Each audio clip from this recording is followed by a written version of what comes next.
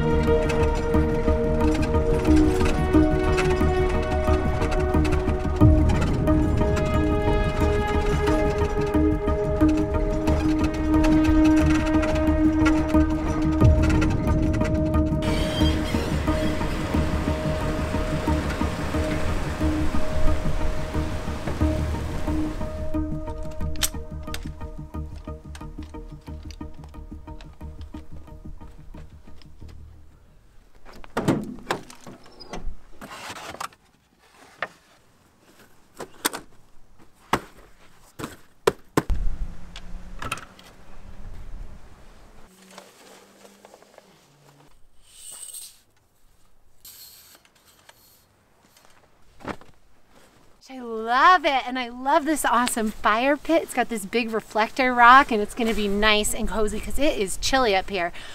I don't know what the elevation is, but we are high. When you look out over the desert, I mean, it just looks like we're up in the top of the mountains. And tonight's gonna be great. We're gonna make a nice little fire. I've got a bomb dinner planned for us. It's like chicken thighs sauteed in coconut milk and tomato sauce, and I think it's a Boulevardier kind of evening because I brought a bunch of bourbon and some Aperol, so it's gonna be a good night.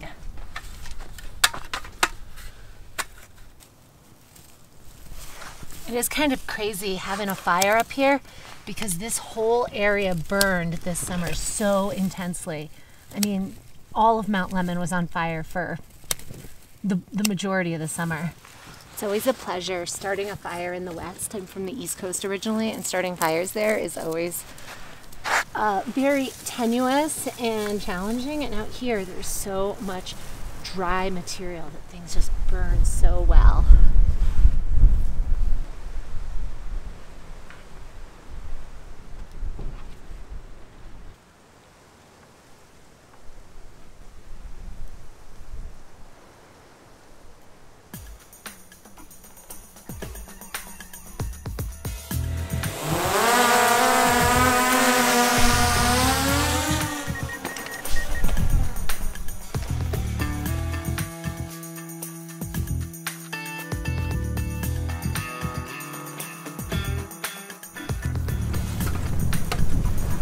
What an awesome drive getting up here. I had so much fun, and what an amazing campsite. This is perfect.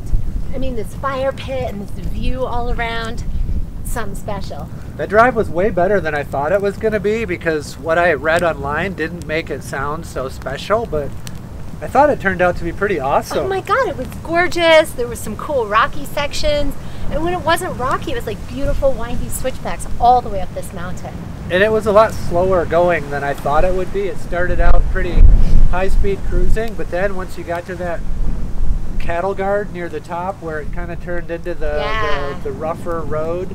I feel like it's kind of always slow going in the van, but particularly so when it gets gnarly, you know? Yeah. I mean, it would be, I'm really looking forward to coming up here on motorbikes. Like, this is exactly my kind of motorcycle ride. Bye.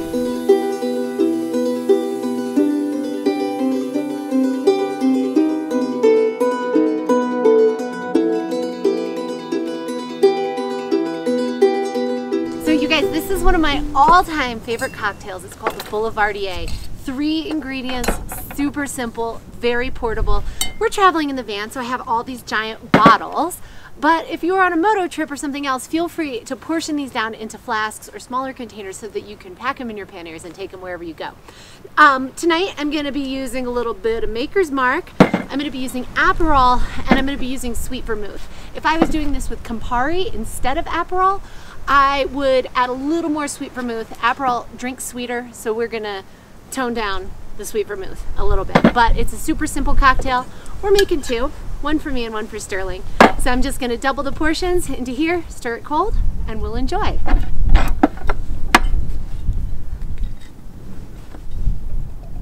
So for each of us, I'm doing 1.5 ounces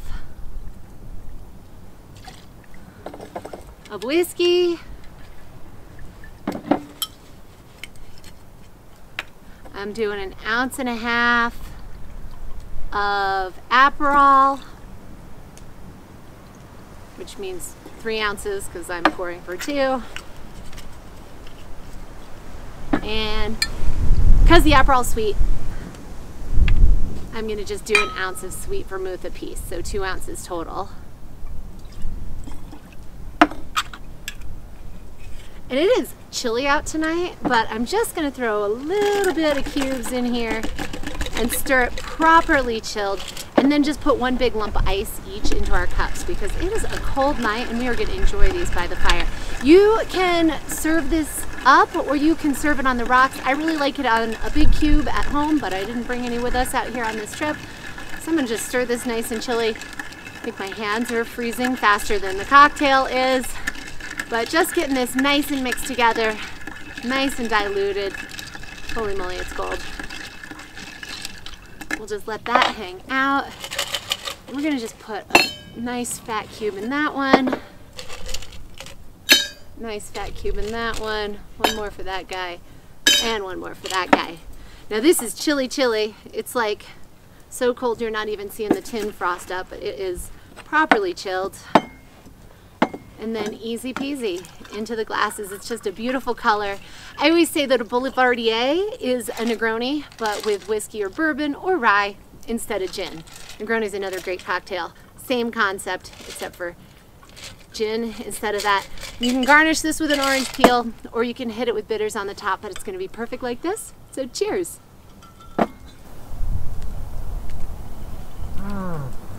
It's like just one of the best drinks ever. You get the sweet, you get the bitter, you get the bourbon. It's so good. That is like your superpower, making cocktails. Making cocktails in wilderness locations. Mixology is just fun. It's like chemistry meets culinary, and it's just great. I just love experimenting with different flavors and mixtures, and I always come back to the old standbys. And it's just a really great way to tweak your palate and learn about different flavors and just have a good time around the campfire. A luxury traveling in the van, but it is an extra luxury having Eva along to make some primo, super pro bar status cocktails. I will parachute in to any location that you are, Sterling, just to make you a drink.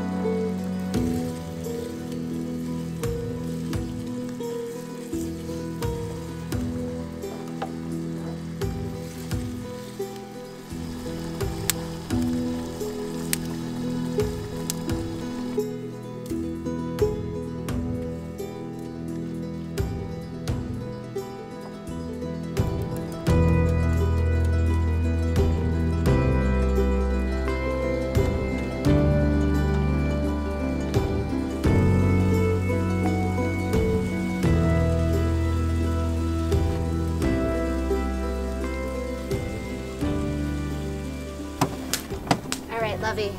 This is gonna be amazing. Whoa. Now it's DIY lime. Your lime is sitting on the side, so you just wanna grab it and give it a fat squeeze all over the top, and it's gonna be so good. Perfect. Oh. Yeah.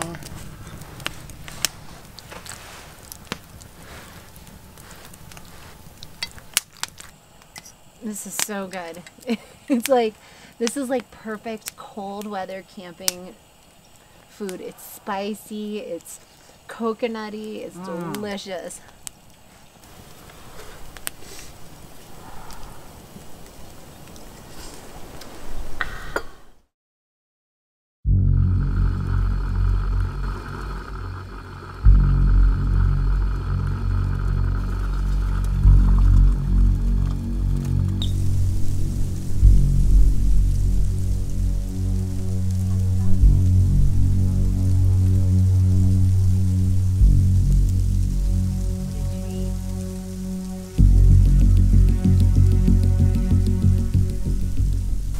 Well, it's a little bit different out this morning, isn't it? Look at this. It started snowing last night and then it picked up early this morning, and now it's coming down really good. So totally different environment to wake up in this morning. It's really cold, but we stayed nice and toasty warm in the van. And we got up a little bit before sunrise, made some coffee, got the stove going in there, kind of warming things up, warming our bodies up. Then we're gonna hit the road. It's a different elevation, it's a different climate. It's snowy outside, it's nice and warm in the van.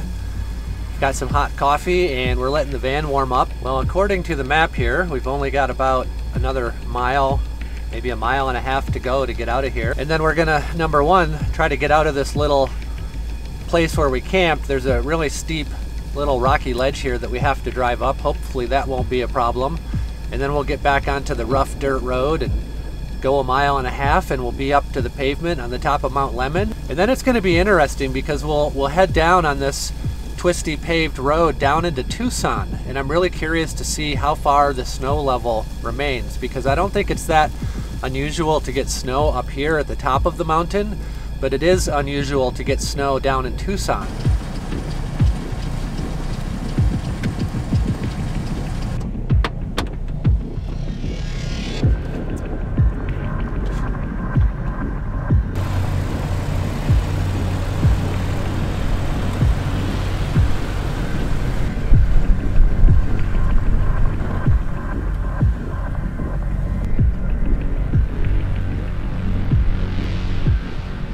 I feel like growing up in a snowy place kind of prepares you for this. I feel like here in Arizona, like it'll snow like 2 drops and everybody freaks out because they've never seen it before. But in New England, where I come from, it snows like feet, and it's ruthless, relentless snow. So driving in it is not that big a deal. But when you're off-road with this covering of snow, you don't actually know what's underneath the snow. So you have to be really careful for hidden obstacles and pointy rocks or holes that might swallow your tire, just like you always would, but you just have to anticipate it. Hopefully the van has enough traction to get out of here. We don't have far to go, but we don't want to turn around and go back either. That would suck. It looks like we've got 6 hairpin curves coming up, so that means a really sharp curve, and those are usually the ones that are the most difficult because the turning radius is so tight, and sometimes they're steep, and if they're steep, that means they could be loose, and if the turning radius is too tight, you can't take it all in one turn. You'd have to do a 3-point turn, which means you lose your momentum, so that could be the challenge coming up here. That's it. This is going to be a good one. Watch this, guys. Mom, hold my beer.